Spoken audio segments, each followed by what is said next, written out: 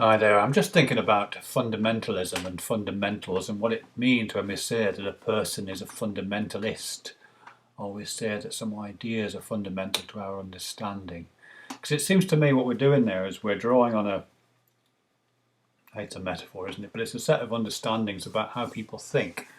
And I guess I'm curious as to how accurate this is, whether people do think in certain ways which confers a certain way of understanding the world based on that way of thinking, and whether that's significantly different to other ways of thinking.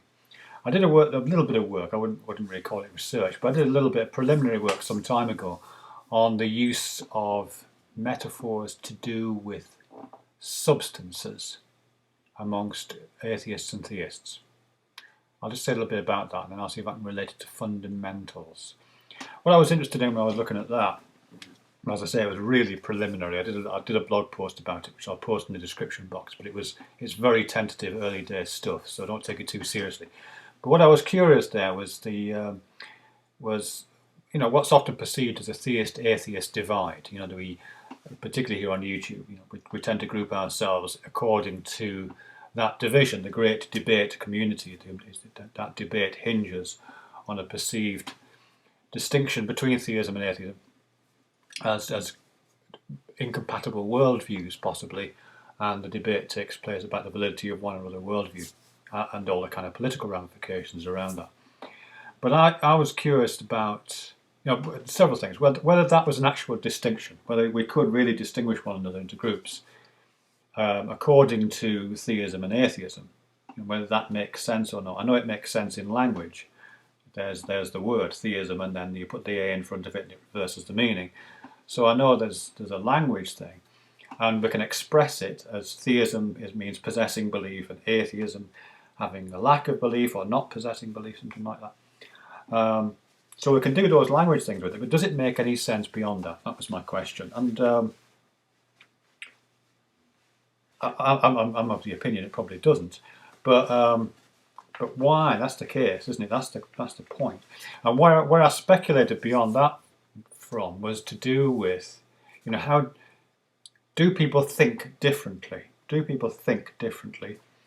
If they do, is there a way of thinking that demarcates atheists from that way of thinking which demarcates theists? Do we make different kinds of sense of the world throughout the process of our understanding and meaning making? And the way that I kind of thought into that was to do with, as I say, substances. Substance metaphors are one of the many ways in which we exert understanding upon the world. We talk about abstract ideas, things like facts, for example. I don't mean the details of the fact, but what a fact is, for example. We talk about that as if it was a substance. So we talk about hard facts, don't we?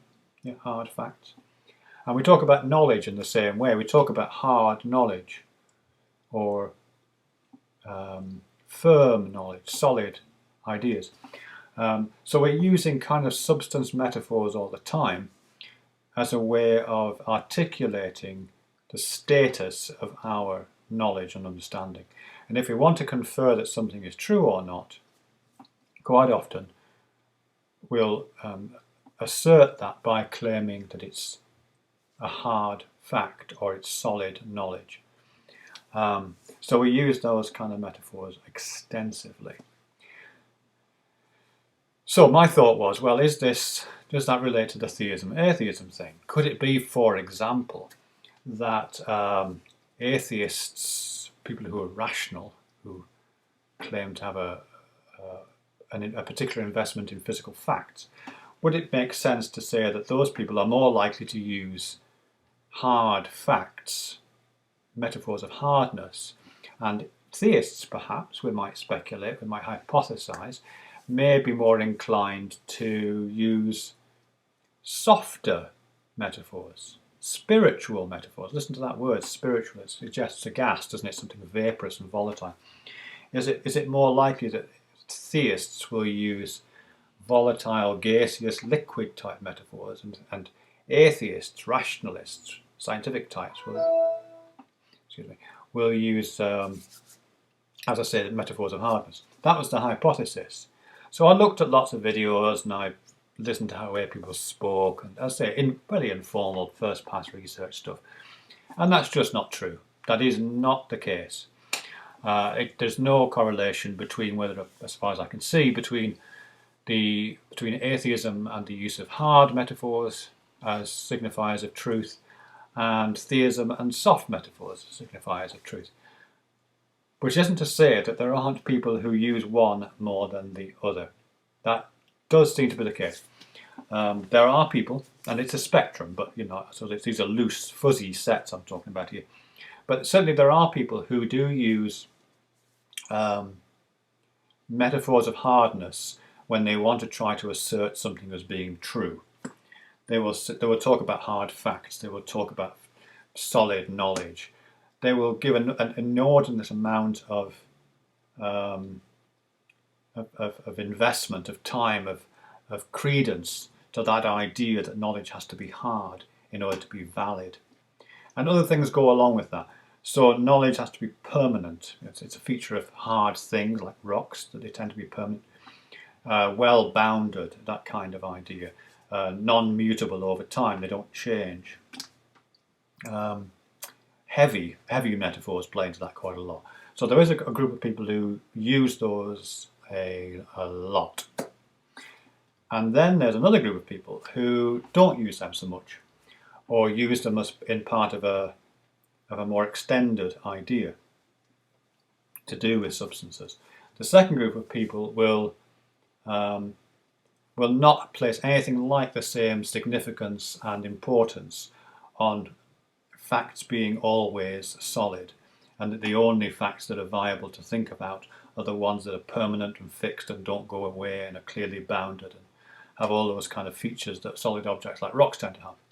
This second group of people will also tend to use metaphors of lightness, of airiness, of liquidity, of gaseousness. May use words like spiritual occasionally. Very different. So there does seem to be a difference there. But the difference, as I say, does not correlate with atheism and theism. No, on the contrary, it doesn't.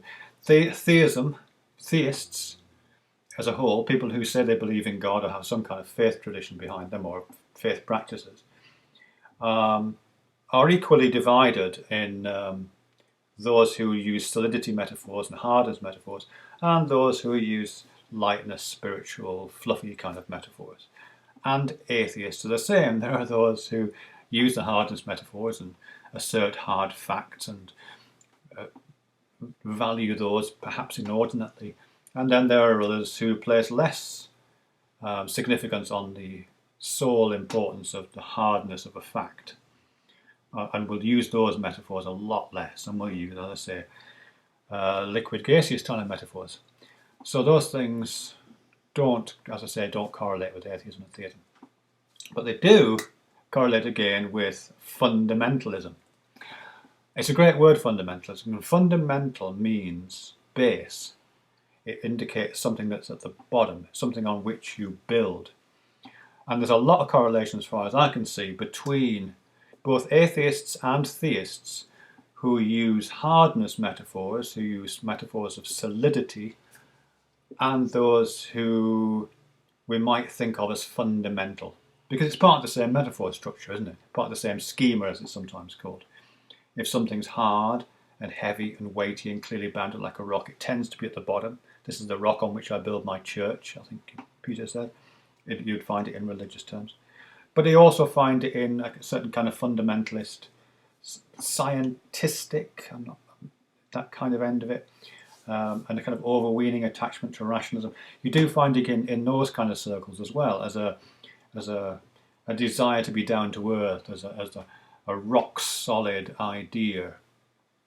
That kind of fundamentalism as well, because things that are foundations, things that are at the bottom, things on which you want to build, are usually solid and hard.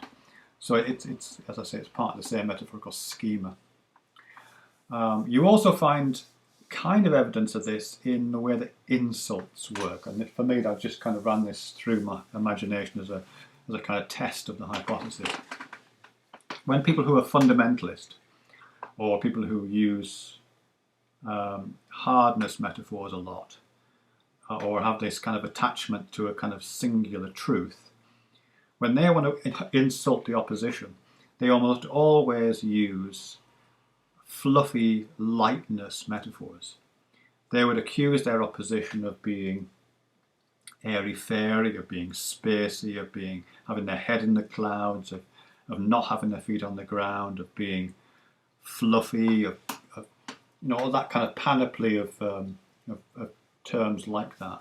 And associated with that, they're often feminizing insults. So it tends to be associated with girly, faggoty, gay, pinkness, that kind of stuff. There's a lot of those kind of highly gendered kind of insults appear when people who are of a fundamentalist, hard kind of facts mindset want to insult the opposition. It's a gendered insult, bringing out some of those kind of less solid aspects of substances. And conversely, when those in the stratosphere of fluffiness want to insult their fundamentalist brethren, they would often use overly masculizing insults, or insults which draw upon masculine stereotypes to do with an overconcern with practicality or instrumentality, or dogmatism, or black and white thinking, or those kind of areas. So yeah, so that's what I'm thinking about with that, the relationship between fundamentalism and whatever the opposite of fundamentalism is. I haven't found a word for it. If you can think of a word for it, that'd be great. Yeah, so the opposite of that. Just that it seems that it's, as far as I can see, it's part of a coherent metaphorical schema by which we understand the world, bring understanding to our experiences. And some people who we might call fundamentalists are those who are also attached to metaphors of hardness, metaphors of fixity and firmness, and largely building metaphors of structure in which the edifice of knowledge is built upon certain clearly firm foundations, which they would claim they have particular access to, whether they be religious fundamentalists in which the properly basic ideas are found in scripture, or whether they be atheist rationalist fundamentalists in which the fundamental principles lie at the heart of nature. So yeah, thanks very much for your attention, and goodbye.